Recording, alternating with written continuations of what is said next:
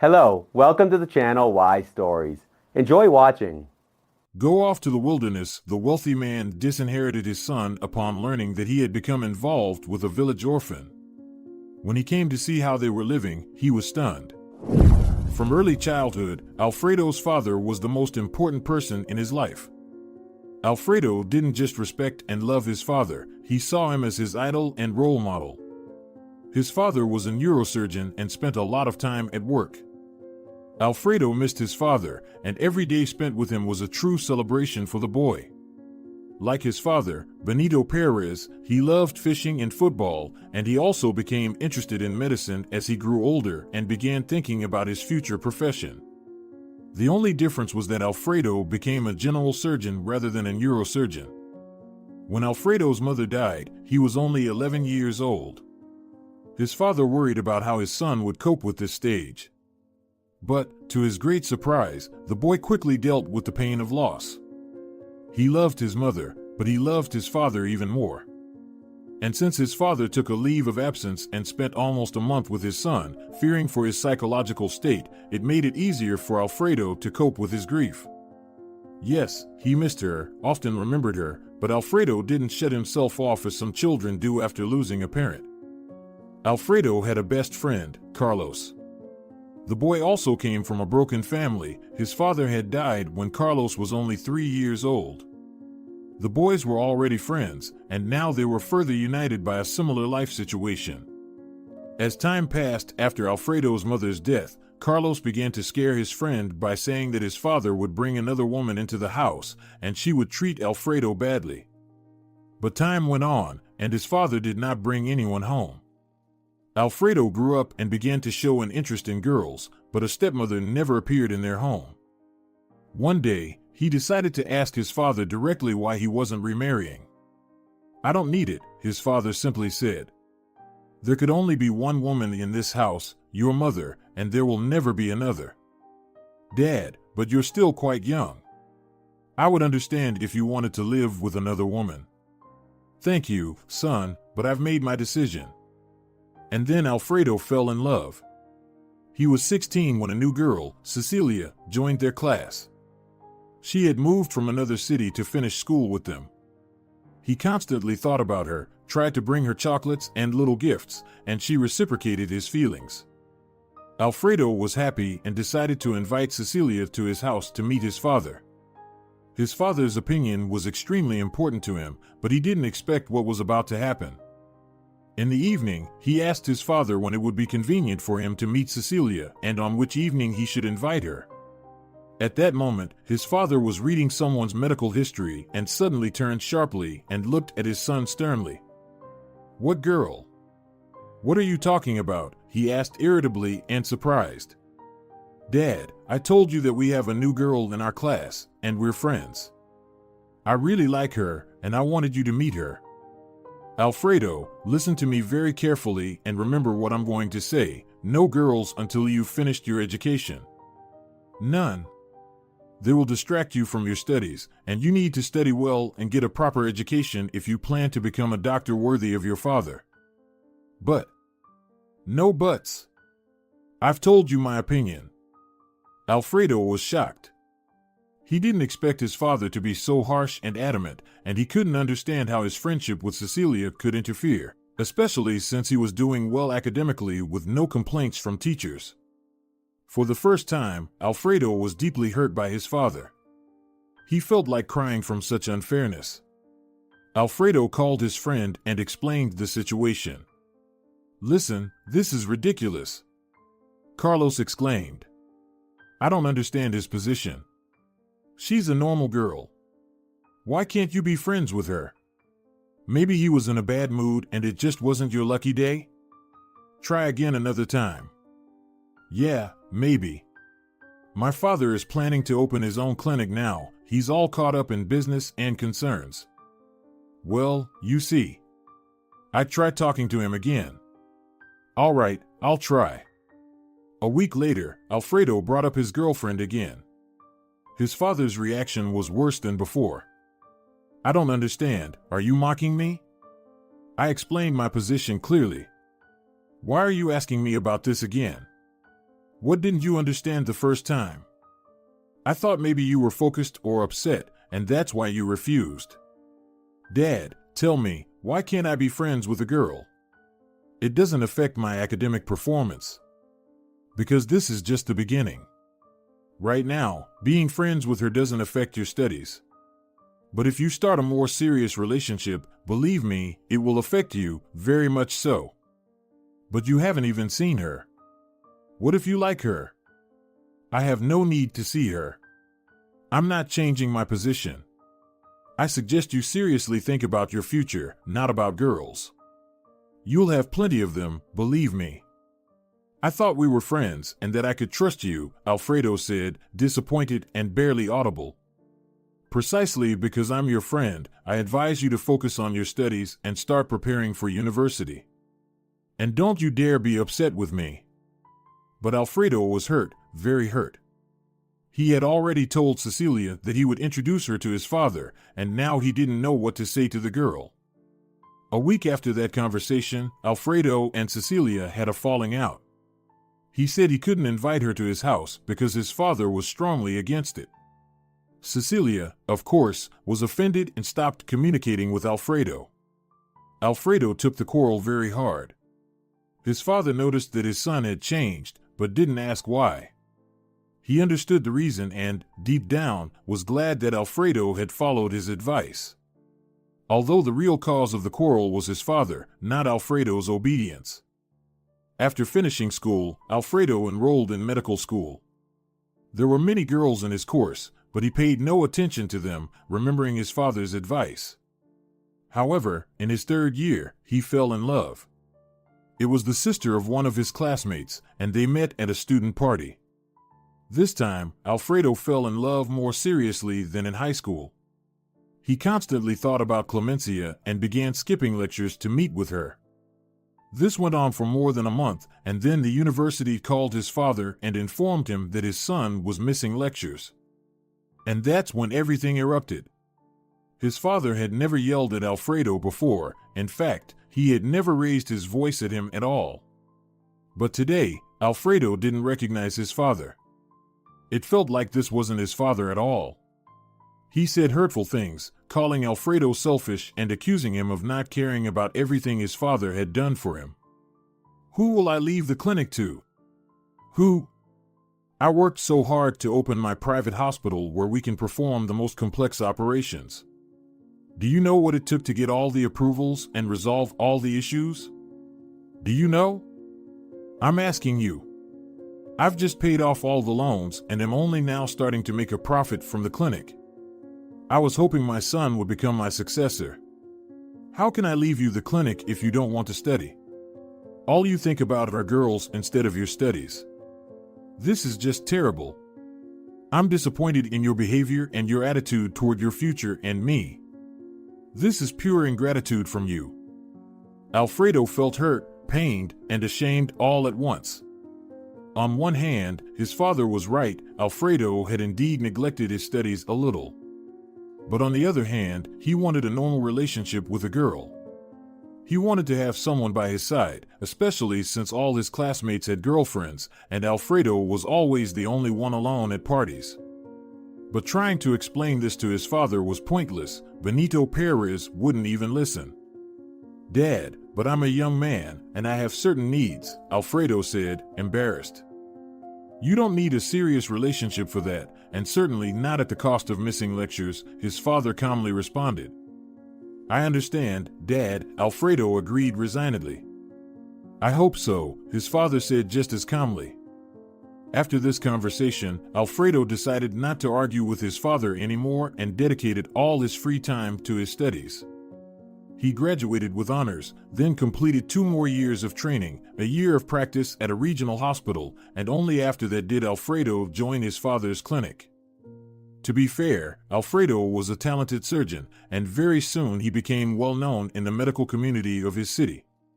Jealous people believed that his fame was solely due to his father, but over time, after several high-profile successful operations, they were forced to admit that his father's name and clinic had nothing to do with it. The guy was naturally gifted. 5 years passed. Alfredo worked successfully at the clinic, and his surgeries were booked months in advance. His father was proud of him and pleased that he had managed to influence Alfredo in time. He was absolutely certain that it was thanks to his strictness and persistence that Alfredo became a top-class surgeon. Throughout all this time, Alfredo hadn't even tried to pursue a serious relationship with any girls. He had a couple of female friends with whom he sometimes spent the night, but nothing serious was in the plans of the young surgeon. The paradox was that he didn't feel anything for anyone, no infatuation or passion, just purely physiological needs and nothing more. But one day something unusual happened at the clinic. A young nurse named Christina joined the surgery department. Alfredo, now the deputy head of the department, hadn't had time to meet the new girl yet. She had only been working for a couple of weeks. That day, Alfredo was on duty. It was Saturday, and the new nurse Christina was also on her first night shift. They admitted a girl to the clinic via emergency with an acute case of appendicitis, and she was being prepared for surgery. Alfredo was asking the standard questions to the patient to find out if she had any allergic reactions to medications. At that moment, Christina approached them. She placed her hand on the girl's abdomen and confidently said, "Alfredo Perez, this is not appendicitis. The girl has an ectopic pregnancy." Alfredo almost fell over from surprise.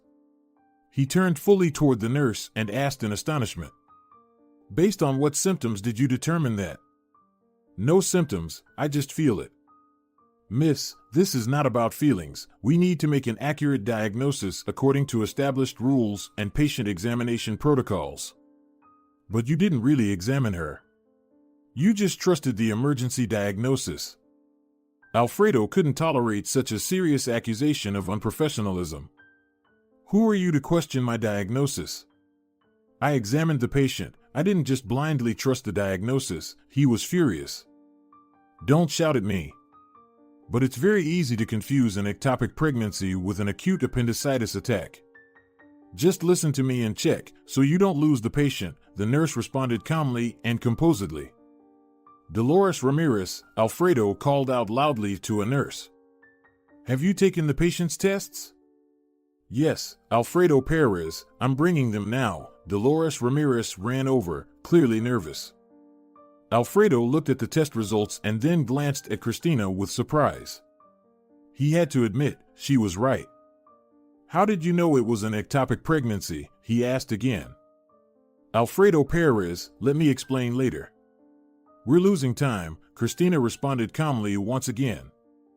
The surgery was successful, but Alfredo couldn't calm down, troubled by the fact that a nurse managed to diagnose the patient without any tests, while he, an experienced surgeon, had almost missed it. Fatigue was clearly taking its toll. The day before, he had performed 2 long and complicated surgeries, and he really should have rested, but he volunteered to cover for a colleague whose wife was in the maternity ward. However, that was no excuse for the doctor. He changed and went to the nurse's station, but Christina wasn't there. Alfredo walked down the corridor of the department and suddenly heard Christina's voice. "Don't worry. Alfredo Perez is a talented surgeon. He'll do everything perfectly." She was comforting a woman who was about to undergo surgery to remove a tumor. "Let me help you a little. Lie on your side."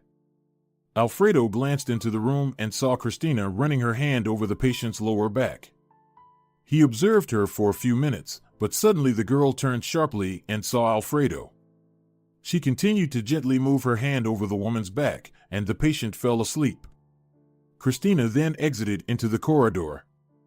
Alfredo was still standing by the door. "Tell me, what were you doing just now?" Alfredo asked sternly. "I was helping the woman fall asleep. She has severe pain in that area, and unfortunately, the medication isn't helping. Her surgery is not until the day after tomorrow," Christina answered calmly, without fear. Alfredo was amazed by her composure. It seemed as though this girl didn't know how to raise her voice. She had a very beautiful and soothing voice. Even Alfredo felt calmer from it, as if his fatigue was fading away. "Alfredo Perez, you need to rest. Would you like me to make you some nice tea?" Christina offered.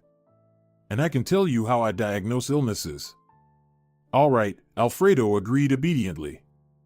He followed her down the corridor to the doctor's lounge, then sat in a chair, watching as Christina brewed some herbal tea. She placed the cup on the table, and Alfredo inhaled the incredible aroma. "What kind of tea is this? I've never had it before." "It's herbal tea. It's calming and relieves fatigue. You really need it right now.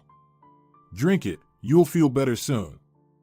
"But really, you should get some sleep," Christina said kindly. "Thank you. Now, tell me about your talent. How did you figure out it was an ectopic pregnancy?" "I've had this ability since childhood. Back then, I didn't understand how to use it or that it was an unusual gift, my talent.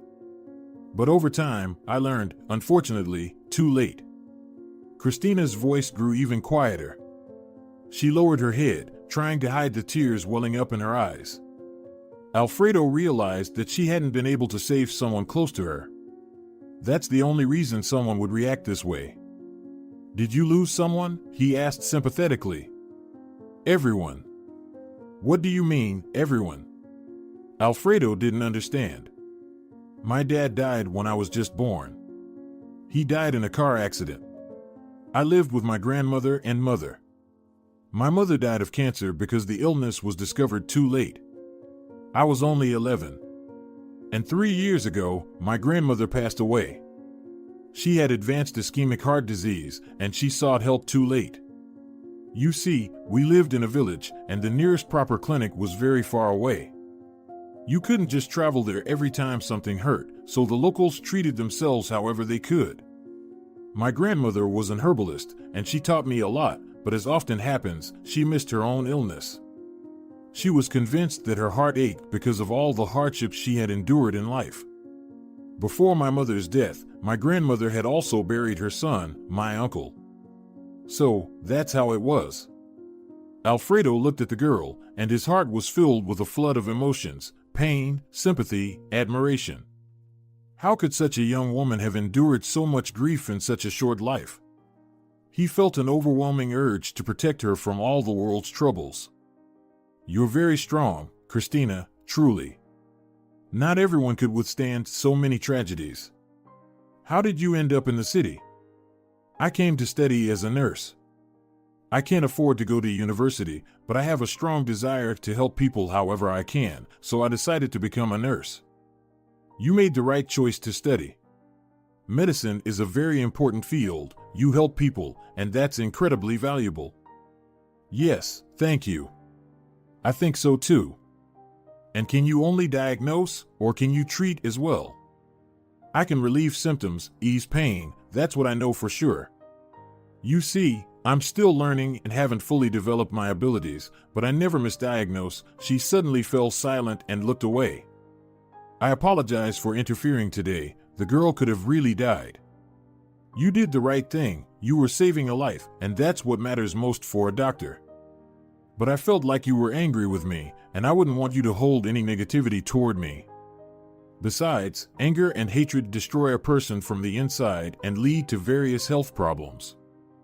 "No, everything's fine. I wasn't angry." "Don't worry," Alfredo lied. He didn't want to upset this sweet girl. Though, in truth, he had been angry with her at the time. They continued talking. Alfredo asked questions, Christina answered, and he listened, marveling at how, for the first time in years, he found it incredibly pleasant to talk to a girl. They weren't talking about anything specific, just life, work, hobbies. It was as though Christina had cast a spell on Alfredo. He couldn't take his eyes off her, and he didn't notice when morning came and his shift ended. Strangely, his fatigue had completely disappeared. "Christina, thank you so much for the tea. I honestly don't feel tired anymore and feel ready to work another shift," Alfredo smiled. "That's a bad idea and very wrong. You need to get a full 8 to 9 hours of sleep. Soon, the tea will stop working, and you'll fall asleep on your feet," Christina smiled back. "So, Alfredo Perez, go home and get some rest. Thanks for caring, for the tea, and for the nice conversation. I'll head home." He was already standing, ready to go change, when he suddenly turned and asked, Christina, where do you live? You don't have anyone here, do you? I don't have anyone anywhere, not just here. Not even a friend.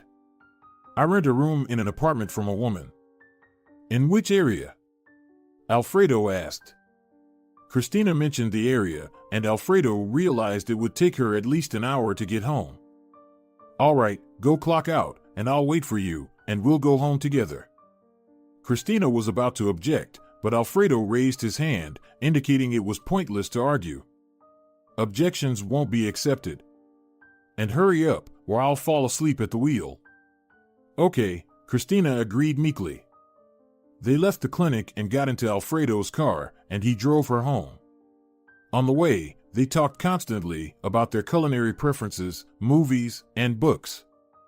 It was surprising, but this village girl was very similar to Alfredo. They liked the same books, authors, movies, and shared similar views and priorities.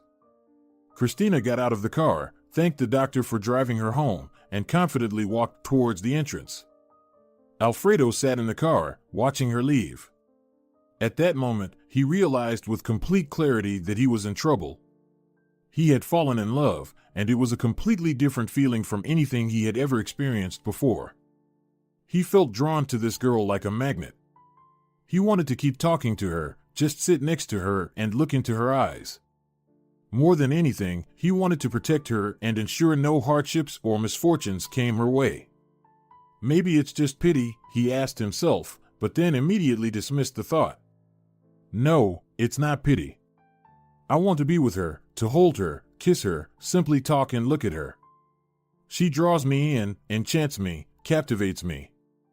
I don't know what other words to use, but it's definitely not pity. I could talk to her for hours just to be near her. Alfredo drove home feeling elated. He was incredibly happy. His father had returned early that morning from a conference in Italy, so he was home. As soon as he saw Alfredo, he could sense that something had happened. Hey, son. How are you? What's going on? Hey, Dad. Everything's great, really great. Have you fallen in love or something? His father asked calmly, without any reproach. Well, it's about time you started thinking about family. Good for you, congratulations. Alfredo felt like jumping around the house with joy. He had been afraid of his father's reaction and that the same thing that happened before might happen again with Christina. But everything was turning out wonderfully, and his father didn't mind his relationship with the girl. Thanks, Dad. She's an amazing girl, incredible, almost otherworldly, Alfredo said, recalling Christina's features. You've really got it bad, haven't you? His father observed. The diagnosis is clear. Get some sleep, and then you can tell me all about your alien. His father smiled and went to his office, while Alfredo headed to the bathroom and then happily collapsed into bed. He slept until evening and was woken by a phone call. It was Carlos calling. Hey, stranger, came the cheerful voice of his childhood friend. Hey, Alfredo replied in a sleepy voice. Are you sleeping? Were you on duty? Sorry, call me back when you're free. It's all good. I've been sleeping all day. What's up? Well, look at you. And you call yourself a friend. My birthday's on Saturday, remember? Did you forget? Oh no. Carlos, I'm so sorry, it totally slipped my mind. I'll definitely be there. Alfredo felt guilty because he really had forgotten his friend's birthday. Don't worry about it, I'm not mad. I get that you're swamped. You're a real friend, Alfredo smiled. Can I bring someone with me? Bring someone? Did I hear that right? Carlos asked, genuinely surprised.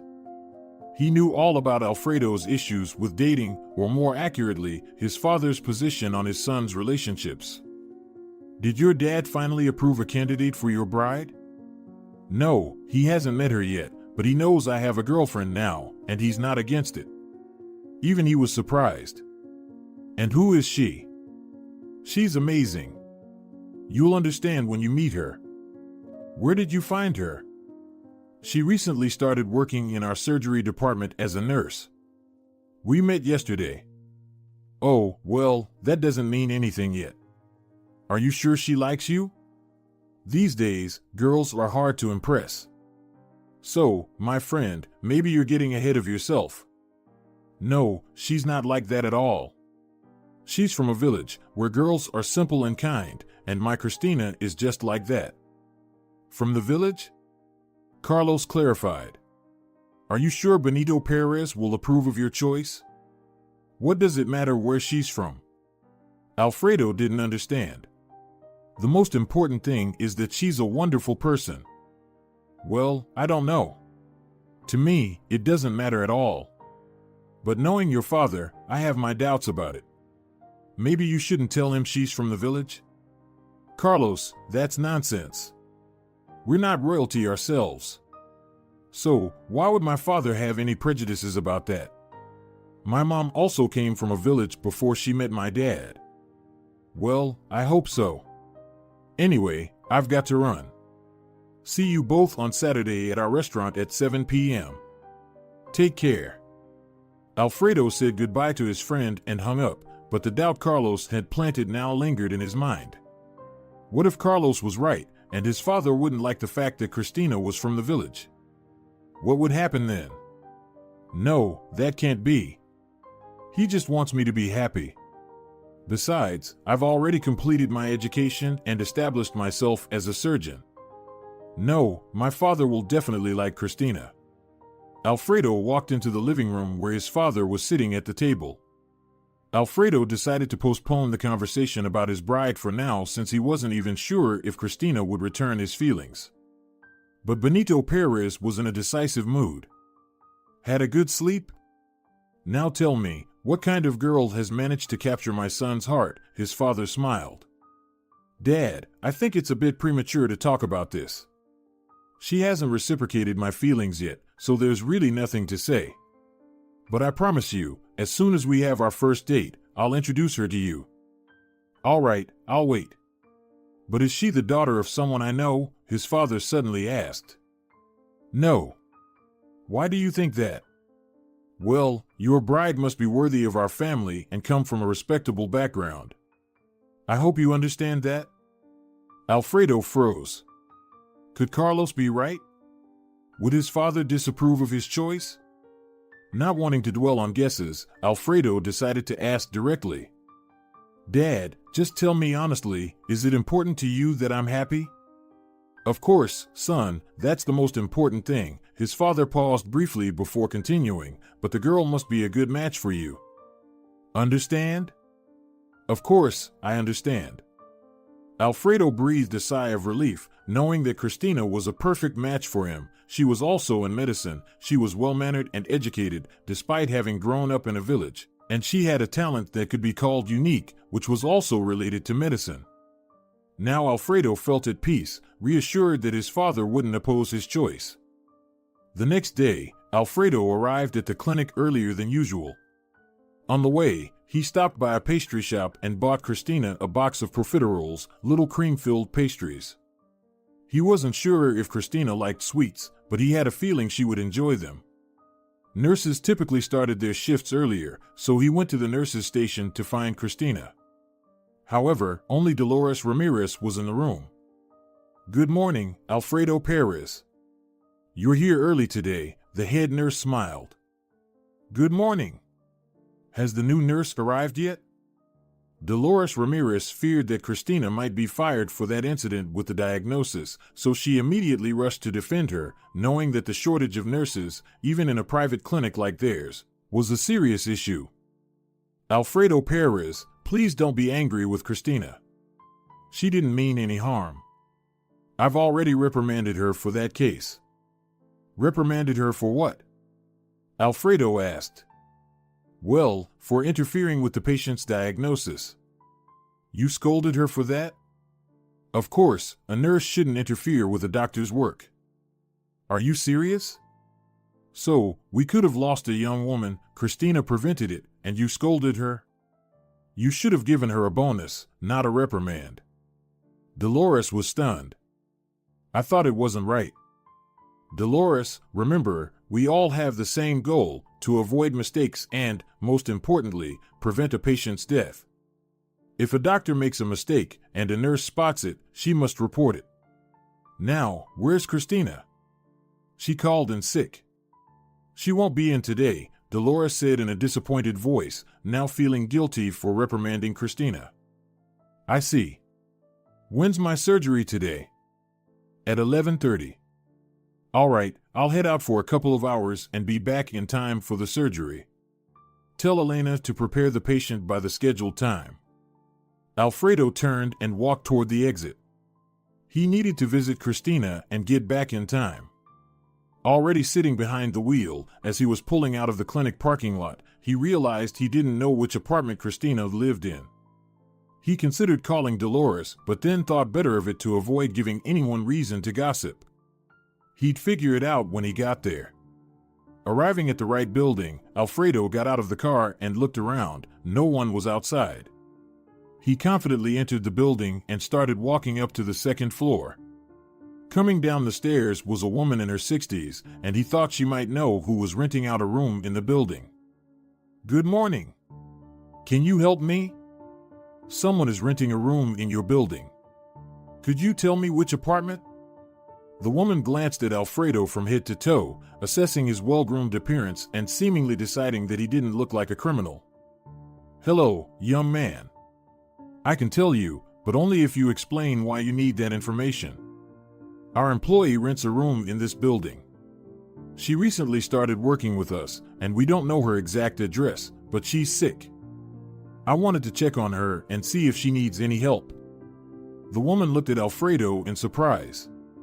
Well, it seems that chivalry isn't completely dead these days. I'll tell you where your sick colleague is. Her name is Christina, right? She's in apartment 11, but she's asleep right now, with a high fever. She paused meaningfully before adding, let me open the door for you so she doesn't have to get up with such a fever.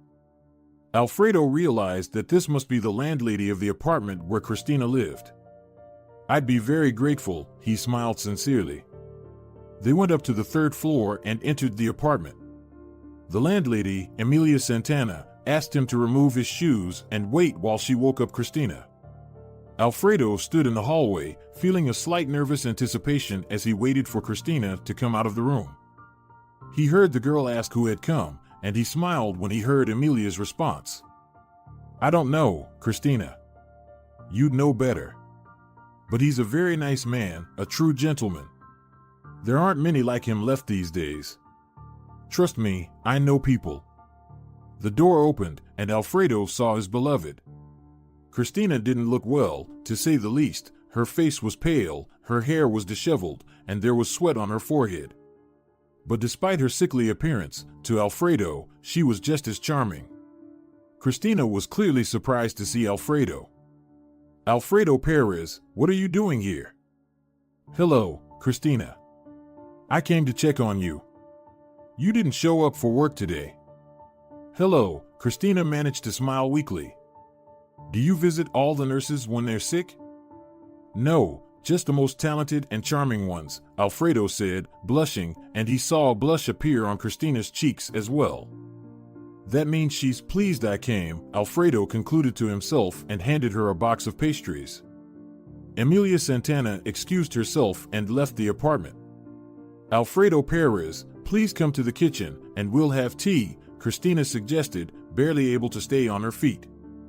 Christina, you must be joking. Get back to bed right away. I'll make the tea and bring it to you. You can barely stand. But it's uncomfortable for me, Christina tried to protest. Oh, stop it. My friend always says, it's only uncomfortable to sleep on the ceiling. The blanket falls off, Alfredo smiled, and Christina laughed. I've never heard that before. I'm glad you smiled. Now, off to bed, I'll take care of everything. Alfredo found cups, tea, and sugar in the kitchen and made tea for Christina. He placed the pastries on a plate and brought them to her. And you, she asked. Thanks, but I had a big breakfast, Alfredo lied. You can share with Emilia Santana if there's any left. There will definitely be leftovers. I can't eat anything right now. What's bothering you? Let me examine you, Alfredo offered, which caused Christina to blush even more. No, she refused firmly and abruptly. I just have a regular cold. A couple of days, and I'll be fine. Emilia's getting the ingredients, and I'll make a herbal infusion. By tomorrow evening, I'll be back to normal. Are you embarrassed by me? Alfredo asked, feeling shy himself. Christina looked him straight in the eye and asked honestly, "What do you think? If you were sick and I wanted to examine you in that state, would you like that idea?" Probably not, Alfredo admitted truthfully. He admired Christina's honesty and sincerity. It was rare to find such qualities in city girls. Well, there's your answer, Christina said. Christina, do you need anything? Just let me know, and I'll bring it, Alfredo offered. No, thank you, I have everything I need. Are you sure you'll be better in 2 days? Yes, I know a reliable remedy. Why, is the clinic short on staff? No, I wanted to invite you to a restaurant on Saturday. It's my best friend's birthday, and he'll be there with his girlfriend. I'd like you to come with me. Defending a thesis would be easier than saying this, Alfredo thought. He was so nervous and afraid she would refuse. The few seconds Christina took to think felt like hours to Alfredo. Alfredo Perez, are you sure about your invitation? Christina asked. Of course. What's bothering you? We barely know each other, and you're inviting me to a casual gathering. Well, it's only Tuesday today. We still have plenty of time before then. But first, we should stop using formalities with each other, or it'll look strange, don't you think? We're almost the same age. How old are you? I'm 24, and you? I'm a bit older. I'm 31, Alfredo smiled. Almost the same age, Christina laughed, and Alfredo melted at the sound of her bright, pure laughter. How had it happened that in just 2 days, this girl had stirred such a strong, unfamiliar feeling in him? He had been surrounded by many women of different ages, appearances, educations, and temperaments, but none had ever evoked such genuine and deep emotions in him. He sat down next to Christina and gently took her hand. You're so amazing. I've never met anyone like you. I'm just ordinary. Well, almost. I think you might be seeing me through the wrong lens, Christina said shyly again. Of course, it was very pleasant for her to hear such words from a man she had liked immediately. From the very first day she saw him walking down the hospital corridor. The nurse standing next to Christina at the time had commented on Alfredo's appearance right away. That's our deputy head of the department. Handsome, isn't he? She said admiringly, watching Alfredo. But no one stands a chance with him. They say he's a confirmed bachelor. Maybe he just hasn't met the right person yet, Christina calmly replied. Maybe, but you shouldn't dream about him. He's turned down quite a few women. We even had the mayor's daughter in for surgery. She tried everything to get his attention. Even came back a few times after being discharged. No luck, our Alfredo is like a rock. Then a thought struck her. Hey, maybe he's one of those, not interested in women. It's trendy nowadays. Emilia, don't make things up. He's definitely not one of them. If he turned someone down, it just means the girl wasn't right for him, and that's perfectly normal. Oh, I don't know. There's a lot of talk about his private life. It would be interesting to see his chosen one if she ever appears.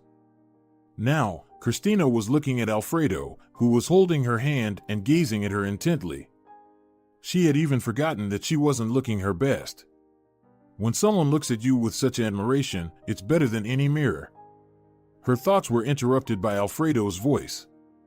Christina, I have surgery today, and I'm on duty tomorrow, but I'll come by in the evening, even if just for an hour. Is that okay? Of course.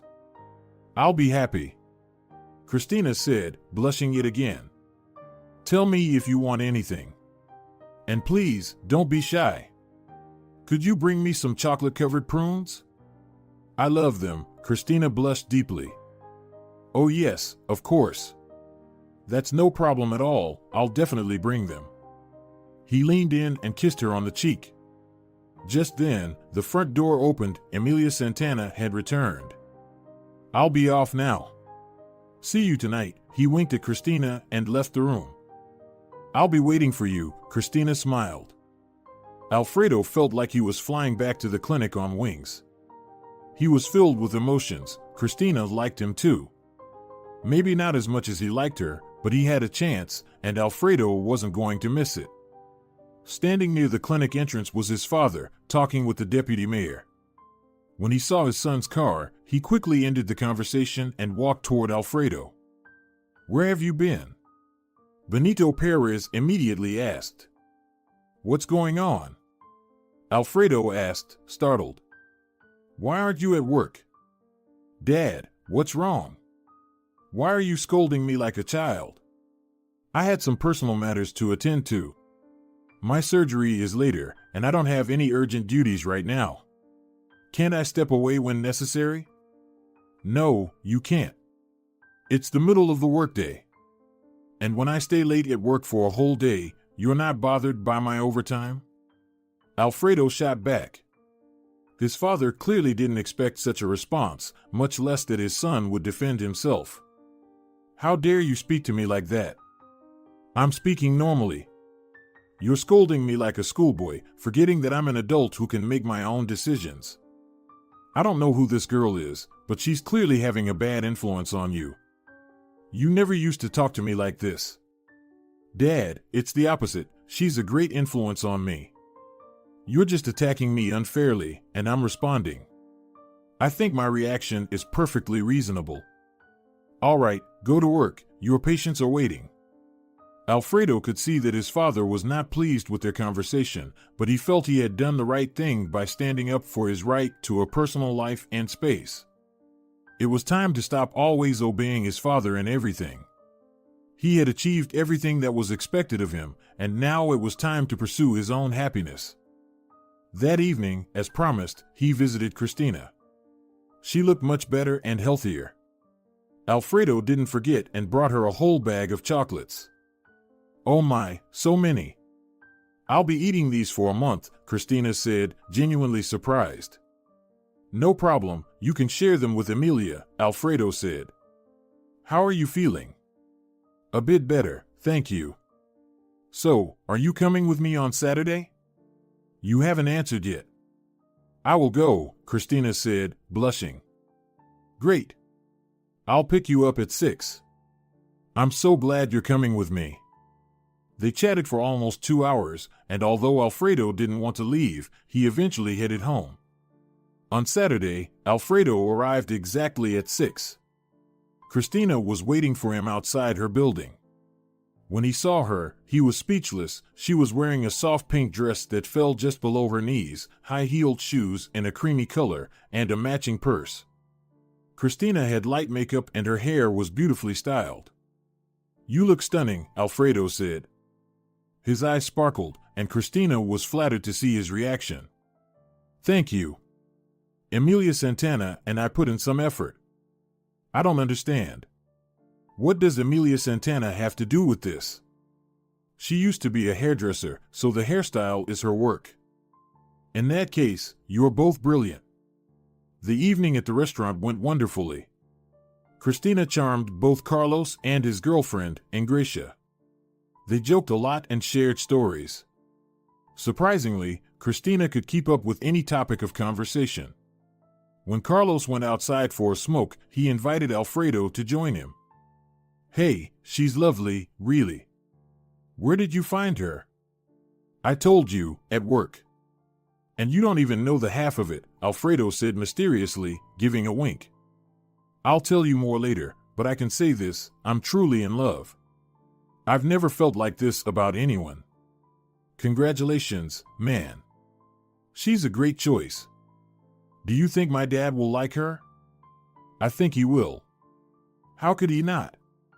She's sweet, smart, charming, and incredibly delightful. I don't see how anyone wouldn't like her.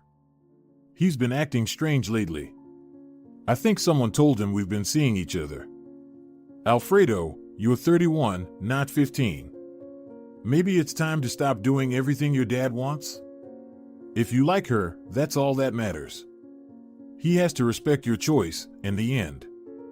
Yeah, you're probably right. Not probably, definitely. Now, let's go back to the girls before they get bored.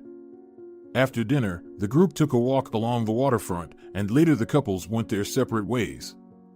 Alfredo decided to walk Christina home, and they didn't arrive at her building until 2 a.m. Both were tired but happy. Alfredo walked Christina to her apartment door, and as she unlocked it, she turned around and kissed him on the cheek before quickly slipping inside. It was the gentlest and most innocent kiss of his life. 3 months passed. Alfredo was happy. They had confessed their love for each other, and Alfredo had proposed to Christina, which she had, of course, accepted. Now, it was time to introduce his fiancée to his father. He had purposely delayed this moment to avoid overwhelming Christina with the meeting. He had also been honest with her about his past, how his father had forbidden relationships in both high school and university. Alfredo, I don't think your father will forbid anything now. You're already an adult and a successful man. There's no reason for a ban. You sound just like Carlos, Alfredo smiled. I'll talk to my dad this evening and arrange a dinner for us to meet. His schedule is packed, but I know it's time to introduce you too. After all, the wedding is only 3 weeks away. I'm sure everything will go well.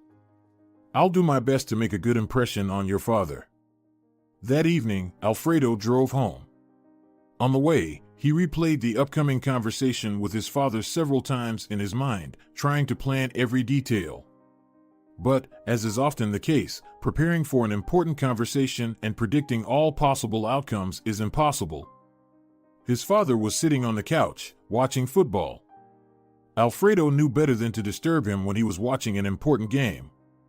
"What are you watching?" Alfredo asked. "Hi." "The Champions League." "Hi," his father replied. To Alfredo's surprise, his father turned away from the game and said, "Are you planning to go to bed soon? I need to talk to you about something important." "Not yet, we can talk during halftime." "All right, I think we'll have time." "You've got 10 minutes, Benito Perez smiled. "No, I'd rather watch with you. I won't have time to take a shower in just 10 minutes anyway." When the first half ended, Benito Perez muted the TV and turned to his son.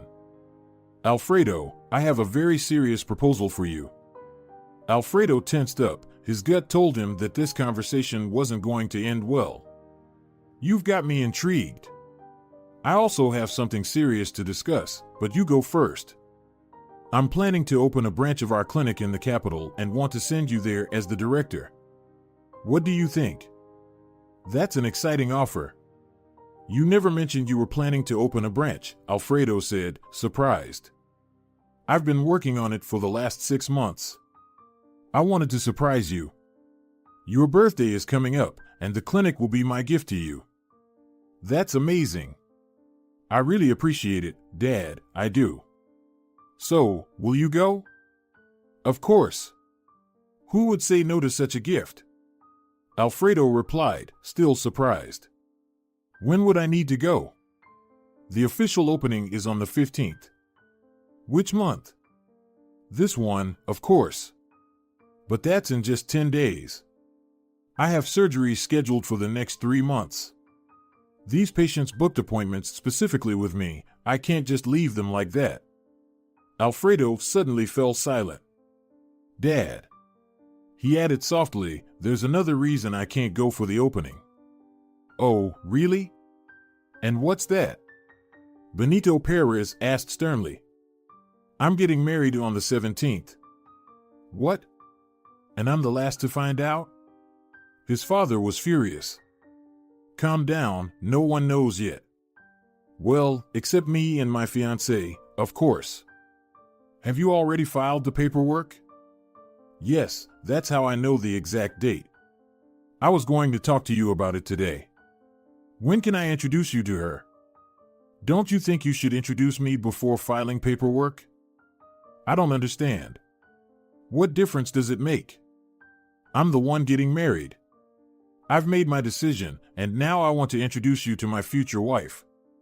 I don't see a problem with the order of things. You've really changed. You used to always consult me before doing anything. Dad, I don't want to argue, but you have to admit that I'm an adult and have the right to decide whom I marry. Fine, when will you introduce me to your fiancée? And what about her parents? What do they do? She doesn't have any. She's an orphan, Alfredo said calmly. Is she from our city? Did her parents leave her a good inheritance? Dad, she was born and raised in a village, and a few years ago, she moved to our city, graduated from medical college, and now works as a nurse at our clinic. What? Benito Perez practically jumped off the couch in anger. She's just a nurse at our clinic? Do you even realize what you're doing? Are you trying to disgrace me in my old age? Why disgrace you? What have I done wrong? Alfredo genuinely didn't understand. Who are you and who is she? My God, what a disgrace. Perez's son marries a nurse from a village. How humiliating. She's a nurse, not a cleaner. And what does it matter who she is if I love her? For the first time in my life, I truly love someone. Oh, I've heard this all before. You'll fall out of love with her just like the others. It's no big deal. I don't understand. What do you mean, fall out of love with her? I mean exactly what I said. I will never agree to this marriage. Don't even try to persuade me. Dad, I'm not asking for your permission or approval. I'll invite you to the wedding, and you can decide for yourself whether you want to attend your only son's wedding or not. You wouldn't dare. If you marry that country girl, I'll disinherit you. I'd like to remind you that my mother also came to our city from a village, but that didn't stop you from marrying her. Don't you dare. Don't you dare compare them. That was a different time, and she's your mother, not some orphan from the countryside. Alfredo was starting to get angry. You know, Dad, you've always been my role model. I was sure I wanted to be just like you. But now I look at you and realize that I'll never be like you, because I don't want to. Alfredo suddenly shouted, I don't want my son to hate me for ruining his life, hiding behind my own goals and desires. Sure, I can understand back in high school, maybe even in college, but now, I'm sorry, I don't get it. What matters most to you is what others think, some made-up status, and God knows what else, but not my happiness. When I was 16, I might have doubted my feelings because of my age, but at 31, I can say for sure that I love this girl. Whether you like it or not, I'm marrying her. End of discussion. In that case, you can submit your resignation and pack your things. You don't live here anymore. Go off to the countryside with your little bride. Benito Perez was furious. Are you sure? Yes. Well, I hope that when you realize you've made a mistake, it won't be too late. Alfredo stood up and silently went to his room to pack. He only took the essentials. When he came back to the living room, he placed the apartment keys on the table and left without a word, slamming the door behind him. He drove to Christina's place, unsure of what he was going to say to her. How could he explain his father's actions without offending her? As he approached her building, he dialed Christina's number. Sweetheart, are you still awake? I'm about to sleep. I'm in bed already. Did something happen? Christina sensed something was wrong. Yeah, can I stay at your place tonight? Alfredo asked in a guilty voice. Of course. Why are you even asking? You know how Emilia feels about you. Then I'm coming up. It was nearly midnight when Alfredo arrived. Emilia Santana was already resting. She really liked Alfredo and never objected when he stayed over at Christina's. Christina stood in the hallway, looking at her fiancé in surprise. What happened? She whispered, trying not to wake the landlady. But Emilia must have heard something in the corridor and came out to see what was going on. Alfredo, good evening. What happened? Why do you look so lost? Alfredo looked at both women and honestly said, "I left home. For good." His last words sounded like a final judgment. "I wouldn't make such dramatic statements," Emilia said gently. "People often fight, especially family, but time passes and they reconcile unless they're fools. From what I know of your father, he's no fool. So, after some time, you'll surely make peace." "I think it's not so simple, and a lot depends on the reason for the fight," Alfredo remarked. "Alfredo, my dear, it's all just little things and emotions. Believe me, I know what I'm talking about. Don't worry, you two will work things out. The most important thing is that you stick together through everything. You know, you've actually calmed me down, strangely enough," Alfredo smiled. "My rich life experience works like a soothing elixir. Rest now, both of you. I'll go to bed and leave you to it." Emilia went back to her room, and Alfredo and Christina went into the kitchen. "Can you explain what happened?" Christina asked. Alfredo told her everything about the clinic opening, his father's proposal, his reaction to their wedding, the ultimatum, and the threat of being disinherited. Christina listened quietly, her face occasionally changing as she processed what she heard. "Alfredo, are you sure you're ready to give all of that up for me?" Christina asked, very calmly but also seriously. "Absolutely. Are you doubting me?" "No, I'm not doubting you," Christina replied honestly. "I just don't want you to later blame me for your falling out with your father or for losing your comfortable life and future because of me. Christina, my love, I would never do that. Do you know why? Because I'm an adult and not only make decisions, but also take responsibility for them. I've made up my mind, quicker than ever before. I already have a plan, but I'll need your help. You're my future wife, so we have to solve things together now. Of course, I'm ready to help. What do we need to do?" "For now, nothing. Tell me about your village," Alfredo said, surprising Christina with the request. Christina told him everything she knew, answering all of Alfredo's questions, not understanding why he was asking. But when Alfredo finally explained his idea, Christina was in awe. It was brilliant. "Christina, look, I need to work out my 2-week notice period before quitting, as per the law. You'll need to do the same. After that, we'll get married and move to your village. We'll open a medical center there and help people, me as a surgeon and you as an herbalist. I've also been looking into the area, and I came up with the idea to build a rehabilitation and recovery center for patients after illness. Of course, I don't have enough money to fund it myself, but finding a sponsor won't be too hard. I've even drafted a business plan and made some initial calculations. Plus, I have connections. I'm sure we can make it happen. Do you believe in me?" "Of course. I have no doubt it's an amazing idea. You have no idea what you're doing for the people who've lived there for years without proper medical care. And neighboring villages could also come to us for help. People would practically build that rehab center for you for free. Well, we won't go that far, but there's something to that idea." The next day, Alfredo and Christina handed in their resignation letters. No one could understand what was happening. Why would the son of the clinic's owner resign? How could this be allowed, considering how many people were waiting for his surgeries? Christina's resignation as a nurse didn't cause much of a stir. No amount of questioning or persuading could sway Alfredo. He asked the secretary to officially register his resignation and stated that the 2-week countdown had begun. During that entire time, his father didn't try to speak with him once. At the end of the 2 weeks, Christina and Alfredo left Benito Perez's clinic, and 2 days later, they got married. There was no wedding to speak of, they both agreed on that. They simply registered their marriage and then went to a restaurant with Carlos and Ingracia. Christina wanted Emilia Santana to join them, but she firmly refused, citing health issues.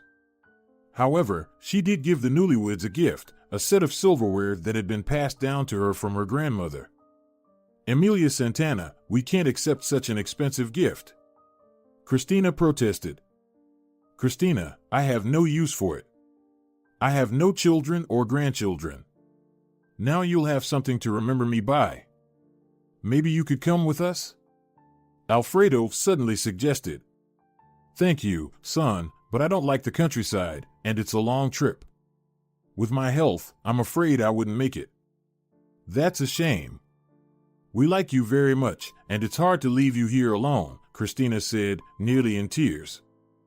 No, my dears, I've made up my mind. I'm not going. I'll ask Carlos and Ingracia to visit you, and you can always call them if you need anything, Alfredo said. Emilia nodded in agreement, but Alfredo knew she wouldn't call. She was proud, and Carlos and Ingracia were strangers to her. She wouldn't ask for help from strangers. After the restaurant, Alfredo and Christina returned to Emilia Santana's apartment, bringing her lots of delicious food from the restaurant. 2 days later, they packed their things and moved to Christina's village. The village turned out to be larger than Alfredo had imagined, with at least 70 or 80 houses, not small at all.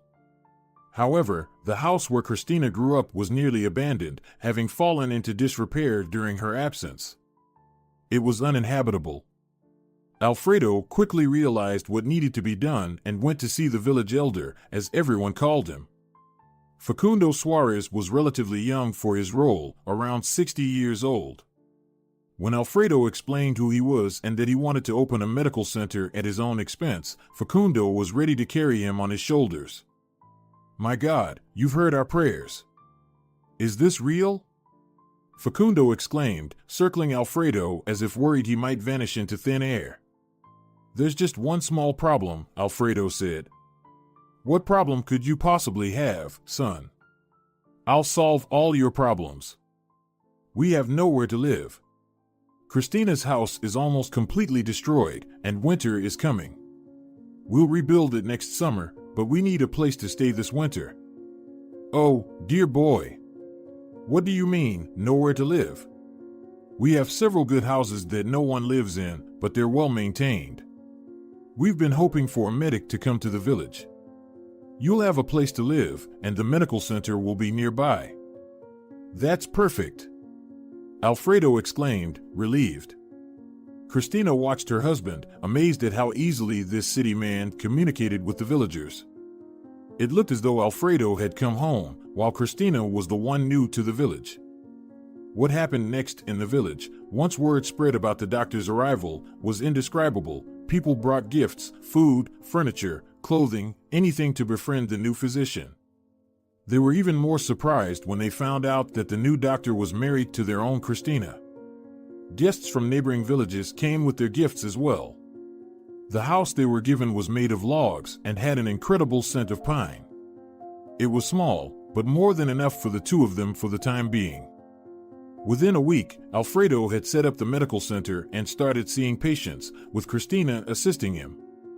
A few weeks later, word of the miracle doctor and his wife spread beyond their village to the neighboring ones. Word of mouth worked its magic, and soon Alfredo's reputation reached the nearby town. A local farmer, who owned a large farm and a lot of land, came to see Alfredo. After being examined by Alfredo and Christina, his illness was correctly diagnosed, and he was given the right treatment. A month later, the farmer returned, eager to express his gratitude. I don't need money, but I could use some help, Alfredo said honestly. I want to build a rehabilitation center here. I need good quality wood, and I know you have your own sawmill. Could you help us with materials? We're planning to start construction at the end of March. Alfredo Perez, what kind of question is that? Of course, I'll help. I'll give it to you at cost, don't even think twice. That's how Alfredo found the right people and connections to make his dream a reality. By spring, all the preparatory work was completed, permissions were granted, and funding was secured. In mid-March, construction of the sanatorium began. At the beginning of summer, Carlos and Ingracia visited Alfredo and Christina. They were amazed by the scale of the project the couple had undertaken in the village. Carlos, you have no idea what village life is like. I never would have thought I'd enjoy it so much here. I can see you've even put on some weight. Carlos joked.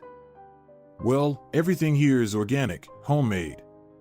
You should move here, you wouldn't regret it.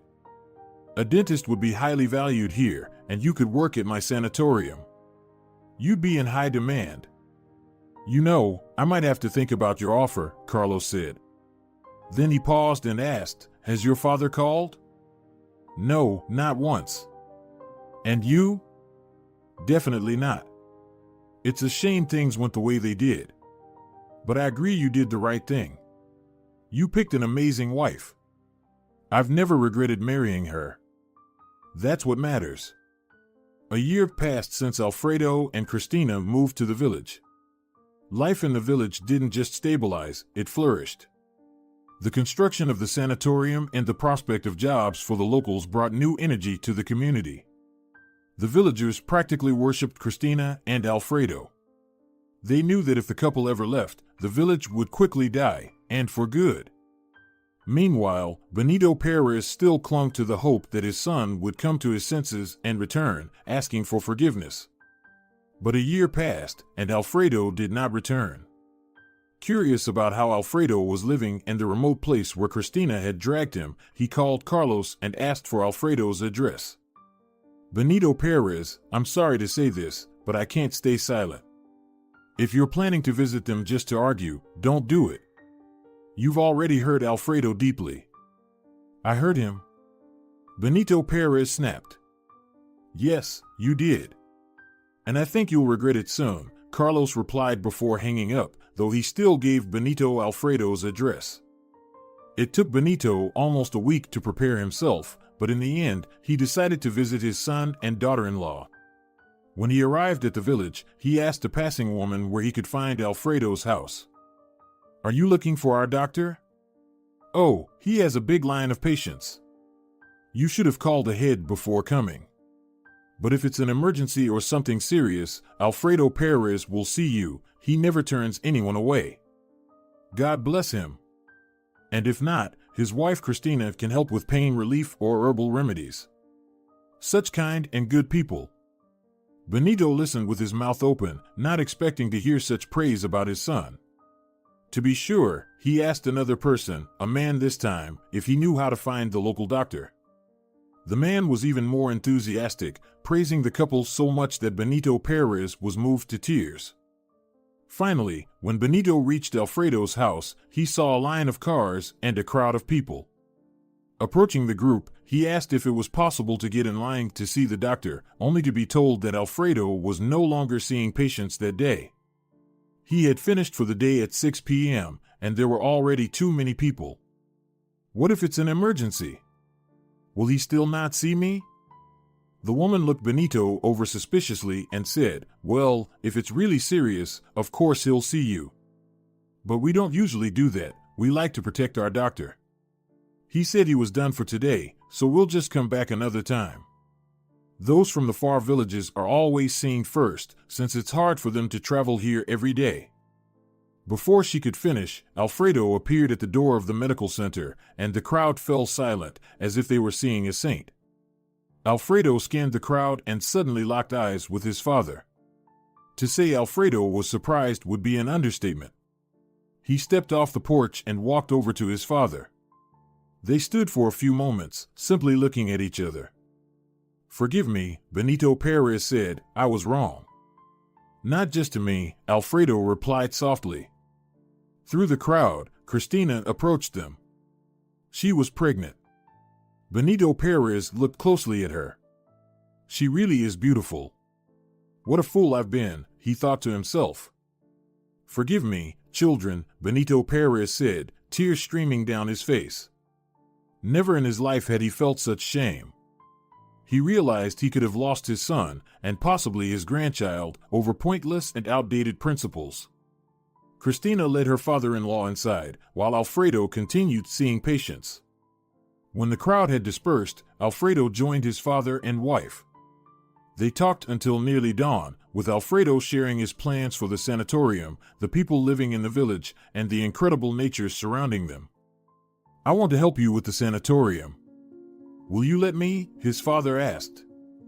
I'd be glad if you joined, Alfredo replied. Then he suddenly lowered his gaze and quietly added, I've already chosen a name for it, Hope. Deep down, I hoped you'd understand everything and come, and I wasn't wrong. If you're enjoying it as well, leave a like and subscribe.